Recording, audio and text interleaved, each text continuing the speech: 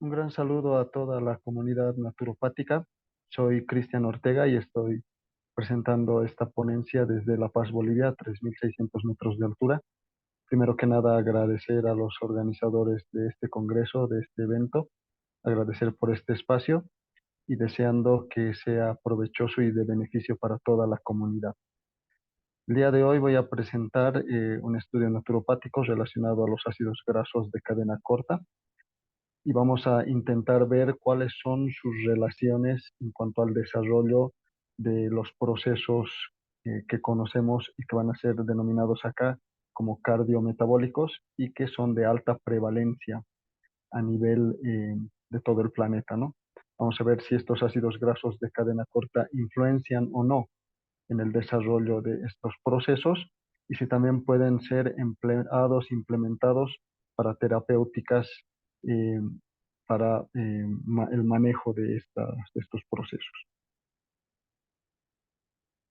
Entonces, los procesos cardiometabólicos son de alta incidencia, como había dicho, el 25% de la población mundial actualmente padece estos procesos y se estima que el 30% de la población mundial va a morir por este tipo de procesos, ¿no? Y estos procesos están relacionados con lo que se conocen como las enfermedades más prevalentes de nuestras sociedades, sobre todo desarrolladas. Me refiero a la diabetes, la hipercolesterolemia, la dislipidemia, el hígado graso, em, las, eh, los- la hipertensión, los accidentes cerebrovasculares, los infartos de miocardio. Todos estos procesos son de alta prevalencia y generan bastante gasto a nivel de los distintos países del planeta, ¿no? Y además que generan, obviamente, bastante sufrimiento.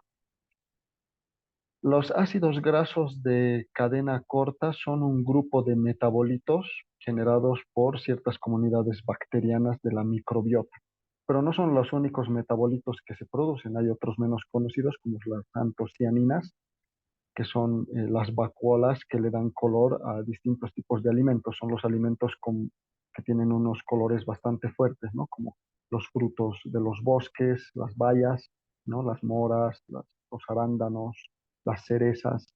Pueden estar también ahí la cebolla morada, cierto tipo de crucíferas, etcétera. Entonces son eh, metabolitos que las bacterias pueden metabolizar y que luego van a generar beneficios para distintos niveles del organismo. Lo propio el ácido indol propiónico, que es un metabolito menos conocido y que deviene del metabolismo del aminoácido triptófano, un aminoácido esencial y que se ha visto que genera menor riesgo para el desarrollo de la diabetes tipo 2. Y los ácidos grasos de cadena corta, ¿no? Los ácidos grasos de cadena corta, que son los más conocidos, los más estudiados y que se ha visto que pueden mitigar el desarrollo de estos procesos cardiometabólicos, de todos estos procesos que conocemos como enfermedades prevalentes del mundo desarrollado. De ahí su importancia y de ahí porque en las últimas décadas se ha estado haciendo bastante énfasis en su estudio para ver de qué forma podría beneficiarnos a nivel de los distintos tejidos del organismo. Y eso es lo que ahora a continuación vamos a ver precisamente algunas de las funciones. Pero antes de esto, vamos a ver que estos ácidos grasos de cadena corta simplemente se denominan así por el número de carbonos que poseen en su estructura molecular. Tienen menos de 6 carbonos y los tres principales son el acetato con 2 carbonos, el butirato con 3 carbonos y el propionato con 4 carbonos. Y estos tres ácidos grasos de cadena corta implican el 80% de los ácidos grasos que se hallan en concentraciones importantes a nivel de el sistema digestivo y sobre todo del colon. Están en una proporción 3:1:1, principalmente el acetato, que está en mayor concentración. Vienen de la fermentación de carbohidratos complejos no digeribles o resistentes, que son los carbohidratos accesibles a la microbiota y desde donde se van a generar los ácidos grasos de cadena corta. Entonces, algunos de estos carbohidratos resistentes son la inulina, los fructóligos-sacáridos, los polisacáridos de las paredes de la mayor parte de los alimentos vegetales.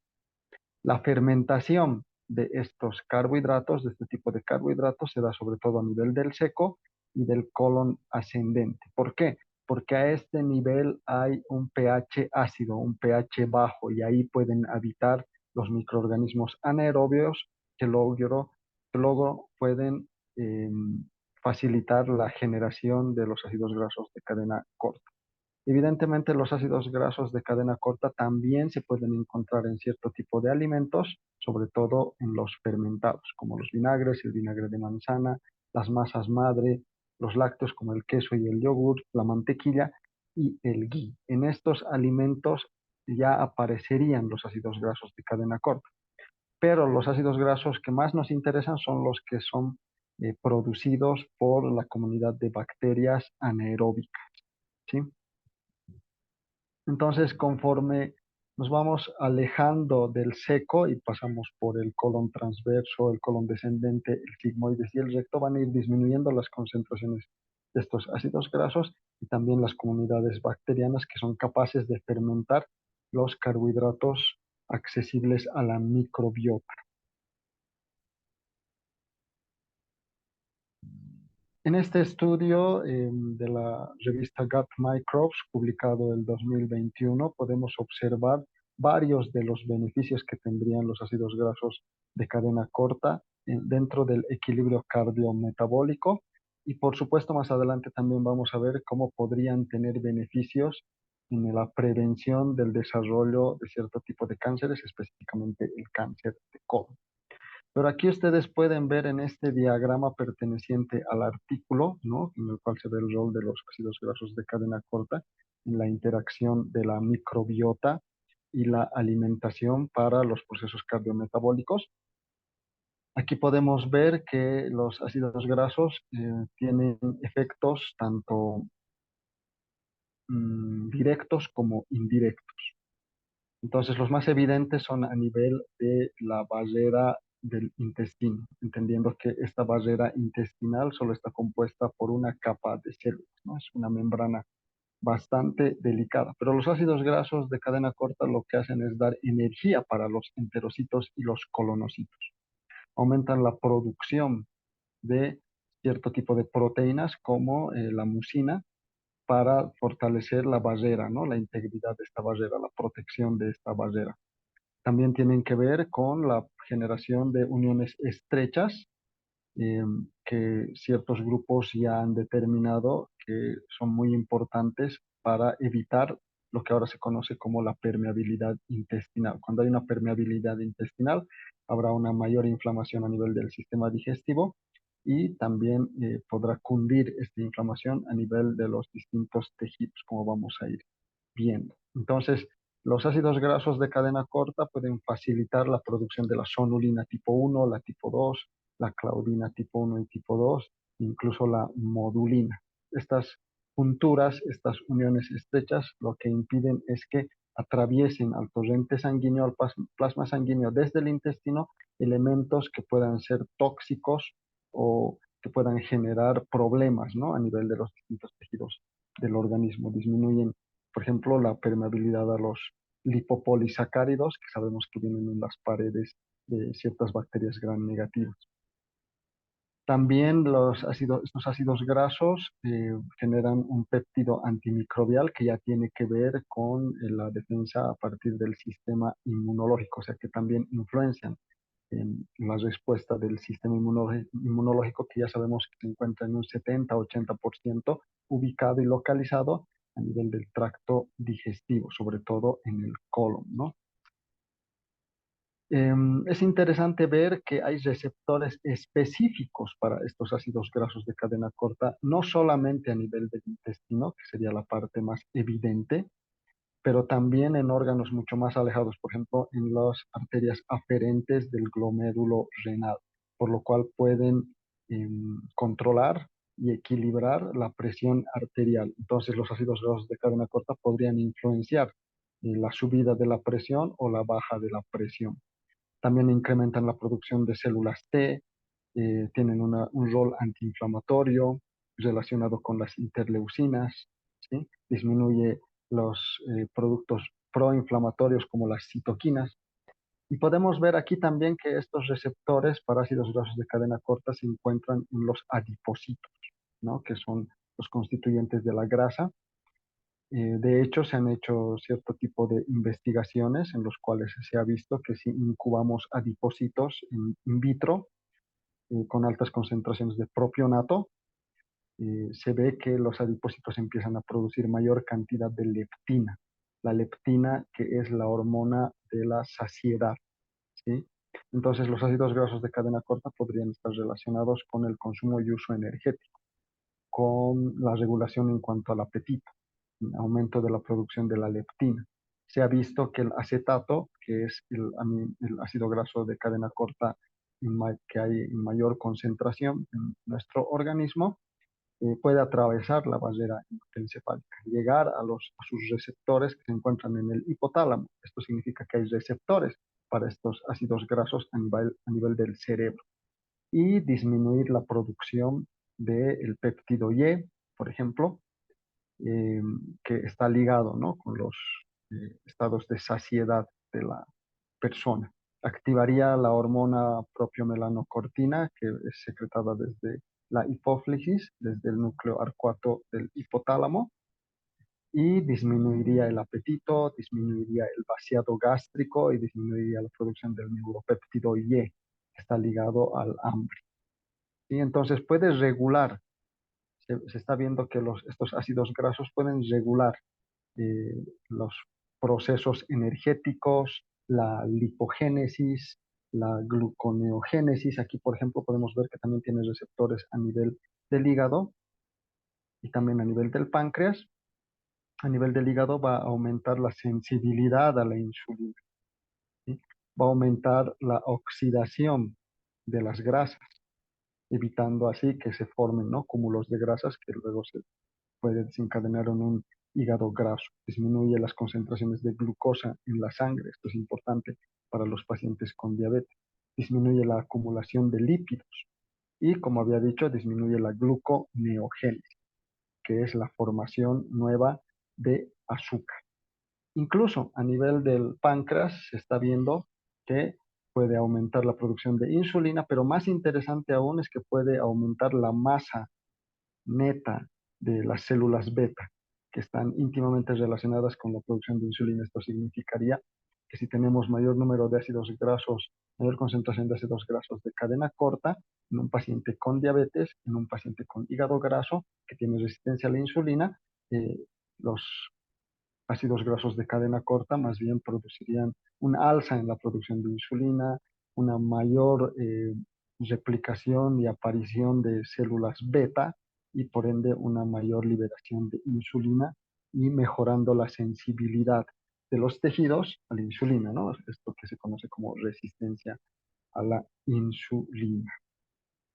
Entonces, como podrán ver, las funciones de las influencias que pueden tener los ácidos grasos de cadena corta permean a todo el organismo, ¿ya?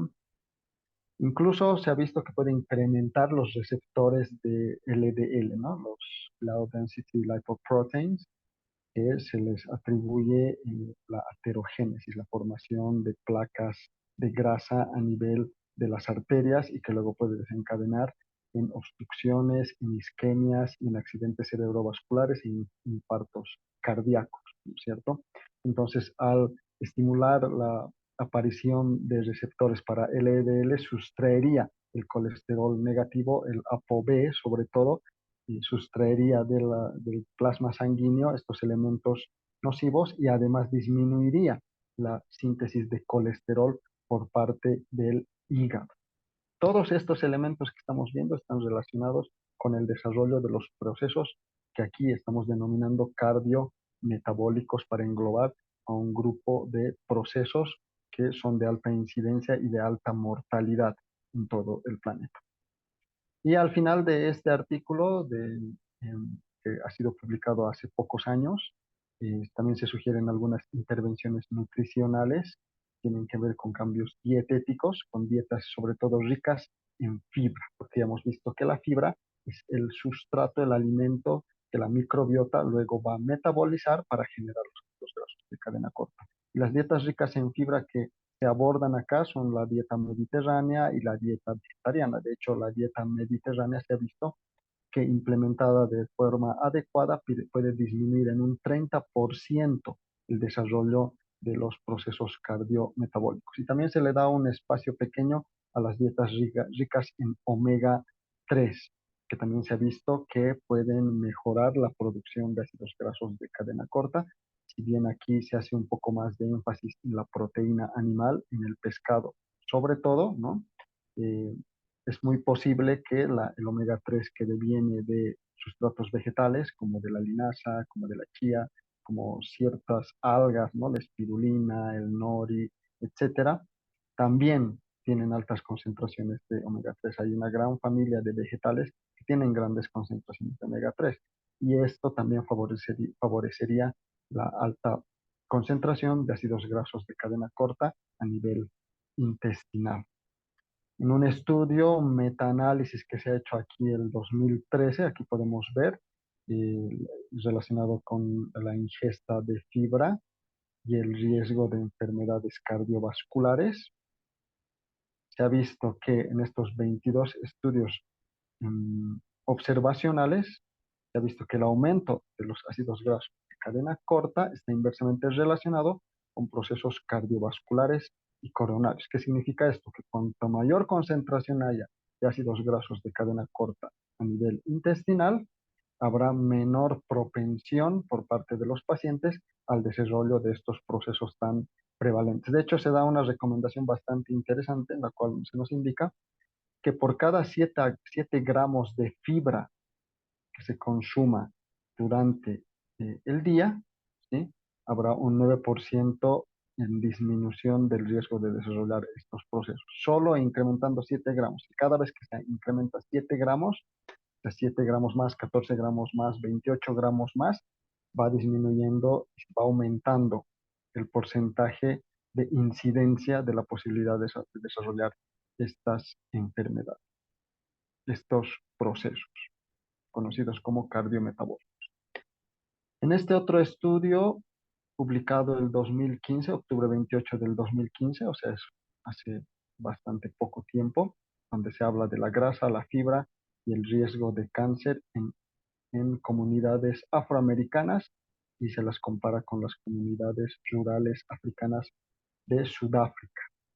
Entonces, este es un estudio interesante porque lo que se sabe es que en Estados Unidos la raza negra, los afroamericanos, son los que más desarrollan cáncer de colon, ¿sí? Entonces acá podemos ver una relación de 65 casos por cada 100.000 habitantes de esta raza afroamericana. Mientras que en el África rural de Sudáfrica y del continente africano, en realidad esto es mucho más bajo. La incidencia es de 5 personas que desarrollan cáncer de colon por cada 100.000 habitantes. Entonces, también sabemos que el cáncer de colon es el segundo tipo de cáncer con mayor mortalidad en Occidente. Por eso tiene sentido que se haya hecho un énfasis en este tipo de cáncer y además que como tiene que ver con el intestino, entonces podemos ver qué función pueden cumplir, qué rol pueden cumplir los ácidos grasos de cadena corta. 1 millón de personas anualmente se ven afectadas por este proceso cancerígeno y se estima que la tercera parte de este millón de personas va a morir por este proceso. Entonces, lo que se ha hecho interesantemente en este estudio es intercambiar las dietas. La dieta que seguían los africanos se les ha dado a los norteamericanos, a estas razas, a estas comunidades afroamericanas en Estados Unidos. Y de igual forma, la dieta rica en proteína animal, en grasa saturada y en poca concentración de fibra, se les ha dado a los africanos rurales. O sea que se ha cambiado las dietas para ver qué es lo que iba a suceder a nivel intestinal. ¿Sí? Vale recalcar que la comunidad eh, norteamericana pertenecía a Pittsburgh y la comunidad sudafricana pertenecía a esta población denominada KwaZulu. Este estudio ha durado 4 semanas. 2 semanas se les ha hecho el seguimiento a estas poblaciones con su dieta natural cotidiana y luego 2 semanas después se ha hecho la intervención nutricional cambiando las dietas. Las dietas se han hecho tanto en Estados Unidos como en África, ¿sí? Y se han hecho en 20 personas de Estados Unidos, de Pittsburgh, y 20 personas de Sudáfrica en KwaZulu. Lo que es evidente ya de por sí es que en Estados Unidos y en las sociedades occidentales hay un mayor consumo de grasa y proteína animal y un menor consumo de fibra. Todo lo contrario ocurre en el África rural, sobre todo en el África rural, donde hay un mayor consumo de carbohidratos complejos con almidones resistentes, con alta concentración de fibra, tipo almidón resistente, y hay un consumo muy bajo de grasa saturada y proteína animal. De hecho, estas comunidades rurales casi no tienen animales, es muy escasa las personas, las familias que tienen ganado vacuno, ¿sí? Si hay alguna familia que tiene ganado vacuno, se la considera de alto estatus social. La mayor parte tienen algunas gallinas, una que otra cabra, consumen muy poca cantidad de leche. Si bien hay acceso a la leche generalmente no la consumen fresca, este es un dato interesante, sino que la sacan afuera y la dejan fermentarse para luego consumirla. También un dato, pero que no proporciona el estudio interesante de evaluar, es el hecho de que ellos tienen más acceso a la leche de cabra que no tiene concentraciones de caseína como la leche de vaca.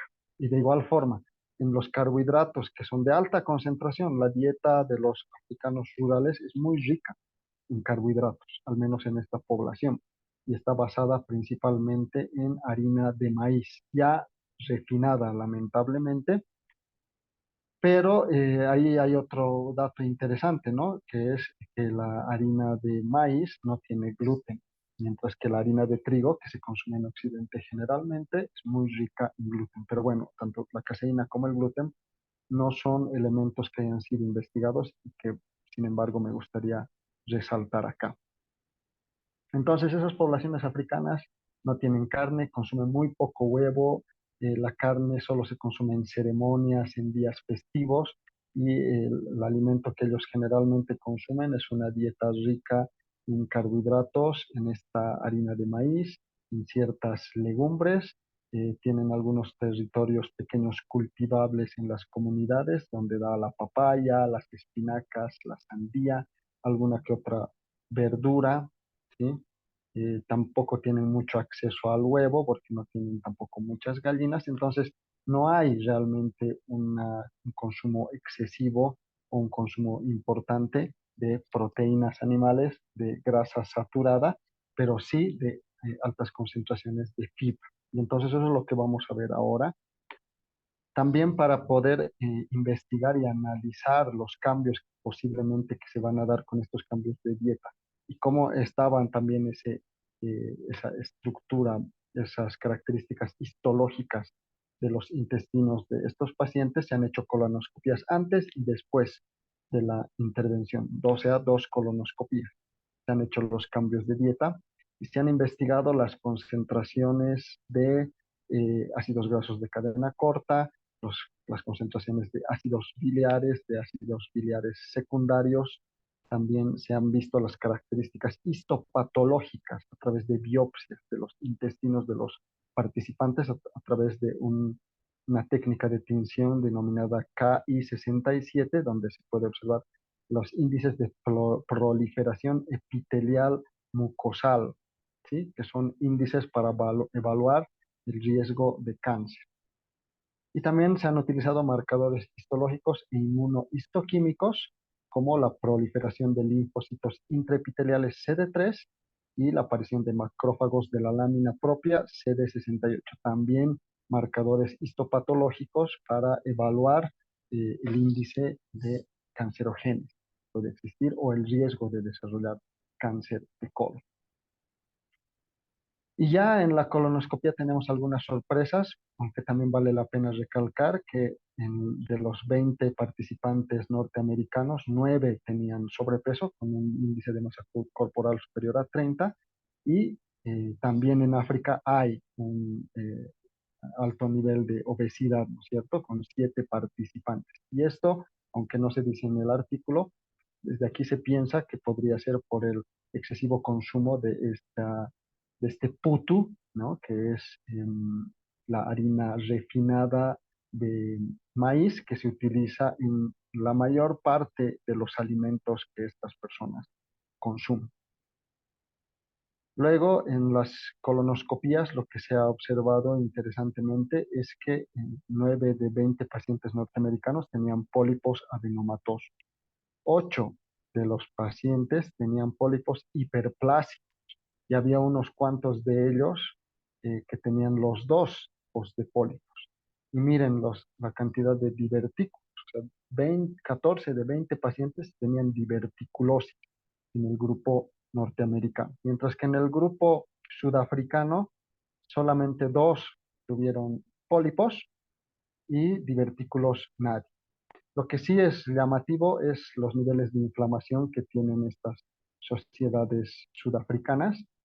Eh, por ejemplo, hay 7 pacientes que aparecían un poco menos de la mitad con colitis moderada asintomática, es una inflamación a nivel del colon. Pero esto se debía a que estos pacientes, por las condiciones de vida que tienen, porque son comunidades pobres, donde no siempre hay un acceso a agua potable, reciben de hecho parte de su agua de los ríos, no existe un buen alcantarillado, no tienen tanto acceso a la luz y sus construcciones son precarias, ¿no? De barro, de paja, de madera, ¿sí? Entonces tienen gran contacto con parásitos.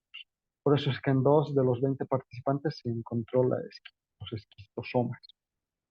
Y esta inflamación se llegó a concluir que se debía a la gran concentración o la gran relación que tienen estas comunidades con infecciones parasitarias y inflamaciones de carácter crónico además, ¿no?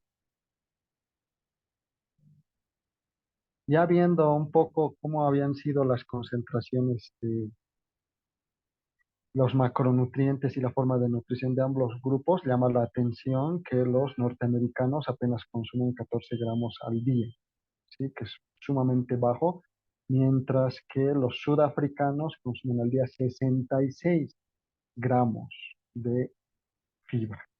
Las calorías son muy semejantes. Las proteínas, el consumo de proteínas totales también no varía demasiado, 86 gramos por día para los norteamericanos y casi 69 gramos para los sudafricanos, pero lo que hace la diferencia es que la fuente de proteína de los sudafricanos es vegetal. El 46 gramos son vegetales, mientras que la mayor parte de la proteína que consumen los norteamericanos es animal, ¿sí? 60 gramos por día, o sea que consumen más grasa animal, o perdón, más proteína animal, pero también mayor concentración de proteína, ¿no? En su totalidad. Los carbohidratos, hay un mayor consumo de carbohidratos por parte de los grupos rurales, pero como ya hemos dicho, son carbohidratos mayormente complejos, ¿sí? Que contienen cierto tipo de fibras accesibles a la microbiota y que seguramente hace mucha diferencia en cuanto a los niveles de infiltración y de inflamación en los intestinos de estas personas. La grasa saturada, como verán, el consumo de grasa de los norteamericanos es 3 veces mayor que la de los sudafricanos. Y el colesterol es 4 veces mayor aproximadamente, ¿no? 322 miligramos al día de colesterol por parte de los norteamericanos y 82 por parte de los sudafricanos. También el consumo de colina, que es mayormente aparece en los huevos, también es más importante a nivel de los americanos. Y luego de 2 semanas de haber hecho un seguimiento a los dos grupos en su forma, en su alimentación convencional, se hizo el cambio, ¿no? De la alimentación. Y aquí ya podríamos ver tranquilamente cómo, perdón, cómo los cambios han sido bastante radicales, porque se ha incrementado radicalmente el consumo de proteína y sobre todo de grasa para las poblaciones, para el grupo sudafricano. Entonces, aquí ustedes pueden ver que el contenido de grasa ha aumentado a casi 56 gramos por día y antes solo estaban consumiendo los sudafricanos 8, casi 9 gramos por día, ¿no es cierto? Entonces se ha aumentado unas 5 o 6 veces el consumo de carbohidratos y se ha disminuido por oposición el consumo de fibra, ¿no? A 9 gramos. Antes estaban consumiendo 6 gramos, entonces se ha bajado unas 6 7 veces menos en fibra para el grupo sudafricano. Mientras que todo lo contrario sucede con el grupo norteamericano, donde se les ha empezado a dar más cantidad de fibra, más cantidad de proteína vegetal también, que se les ha dado en forma de una leguminosa, un tipo de poroto, junto con hojuelas de maíz y también se les ha interiorizado en el puto, ¿no? Que es esta como harina refinada de maíz. Pero vale recordar aquí que la harina de maíz no tiene tampoco gluten.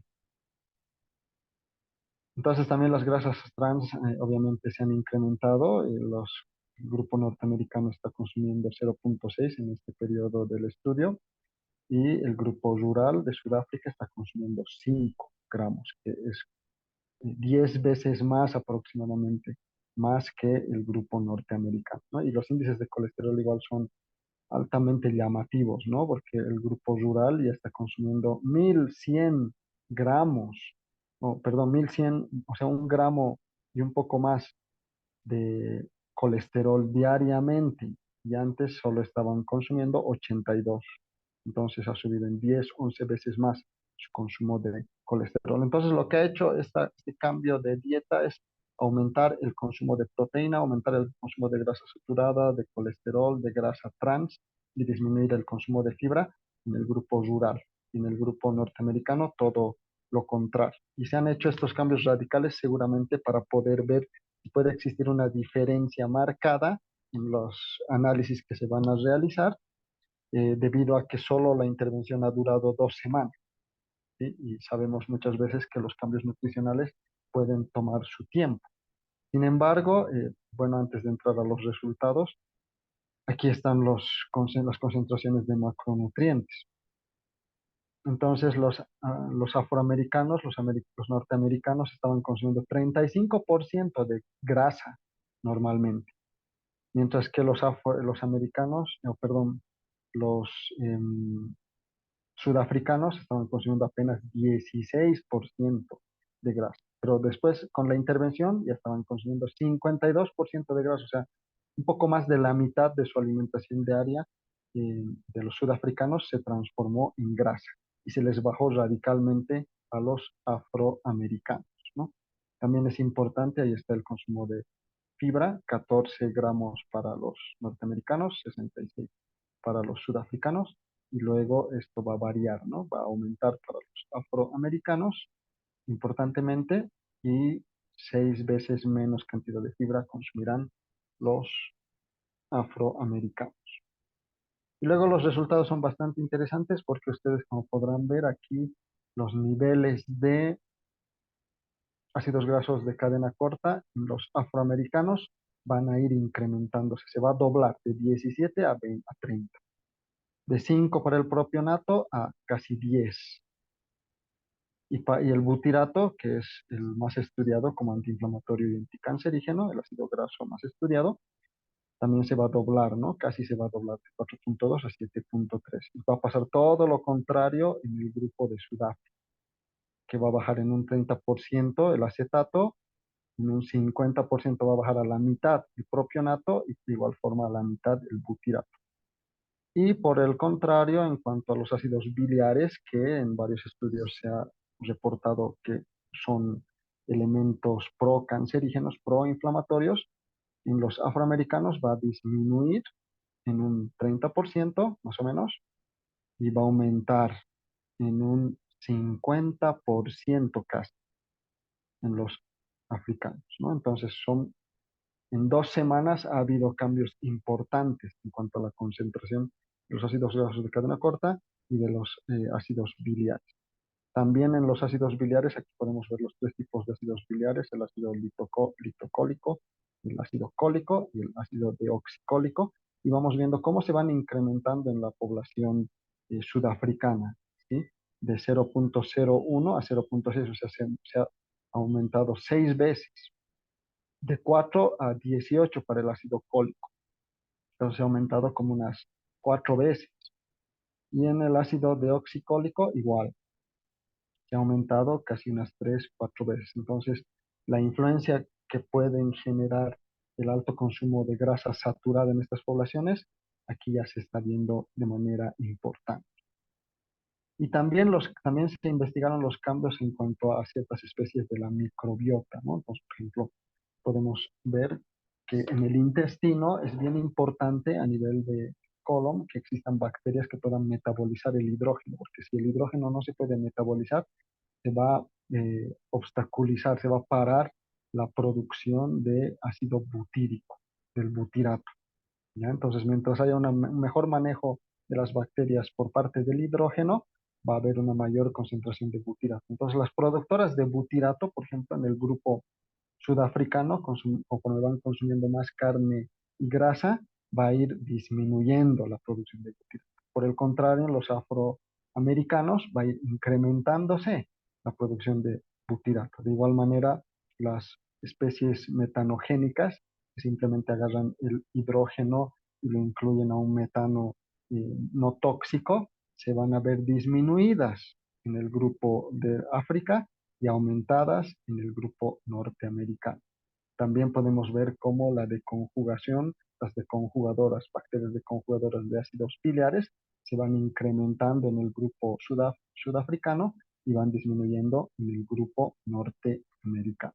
También aparecen otras bacterias importantes como las reductoras de sulfato, que lo van a integrar a un grupo de sulfuro de hidrógeno, que también se van a ir aumentando, ¿no? Las reductoras de sulfato van aumentando en el grupo norteamericano, pero van disminuyendo en el grupo sudafricano. Y también las acetógenas, ¿no? Que son bacterias que consumen hidrógeno y van a generar acetato, que hemos visto que es un ácido graso de cadena corta que puede atravesar la barrera hematoencefálica, ¿no? Se ve disminuida en el grupo sudafricano y aumenta en el grupo norteamericano.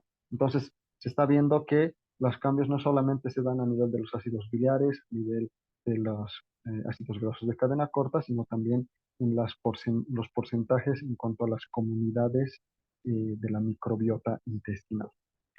Y en otro estudio que ha salido en 2010, realizado por un grupo italiano, donde se ha investigado y se ha observado, se ha hecho un análisis de la microbiota de niños de Burkina Faso en relación a las microbiota de niños en Florencia, Italia, también se ha visto que hay una marcada diferencia en cuanto a las comunidades de microorganismos según la dieta que consumen. Obviamente, la dieta que consumen en Burkina Faso, que es una comunidad, incluso en este estudio, mucho más alejado de las zonas rurales, porque lo que se ha visto es que viven en condiciones como se veía durante la emergencia de la época de la agricultura, ¿no? Son grupos prácticamente neolíticos, que eh, están pasando del neolítico hacia la producción de cultivos, ¿no? De monocultivos. Entonces aquí ya podemos ver en estas tortas de forma bien interesante cómo la prevalencia que tiene que ver con la especie, la familia Bacteroides. O sea, la especie Bacteroides hay tanto en los africanos como en los europeos, los niños africanos y los niños europeos, ¿sí? Pero hay una especie específica de Bacteroides que prima en los niños africanos, que es la Prevotella, mientras que la especie que prima de los bacteroides y los niños europeos de Florencia son los bacteroides. Entonces, si vemos este color verde oscuro y verde claro, corresponde a los bacteroidetes, pero de la especie Prevotella. Y podemos ver que esa especie ni siquiera aparece en el intestino de los niños de Florencia. Aquí más prevalecen los firmicutes, ¿sí? Y la especie Prevotella, pero con dos especies en específico, ¿ya? Que son el treponema y el succinibibrio. Esos dos tipos de bacterias eh, no aparecen en los intestinos, en la microbiota de los niños con la dieta occidentalizada de Florencia. Entonces, los investigadores de este grupo lo que incluso se atreven a decir es que hay comunidades bacterianas que están extinguiéndose en los intestinos de los niños que llevan adelante dietas occidentalizadas, industrializadas y procesadas con alto consumo de lácteos, con alto consumo de proteína y de grasa animal, sobre todo grasa saturada, en detrimento del consumo de fibra, que es en alta concentración, como hemos visto en el anterior estudio, en los intestinos de las comunidades africanas, sobre todo rurales, y aquellas que están incluso más alejadas, como se ha visto en este estudio.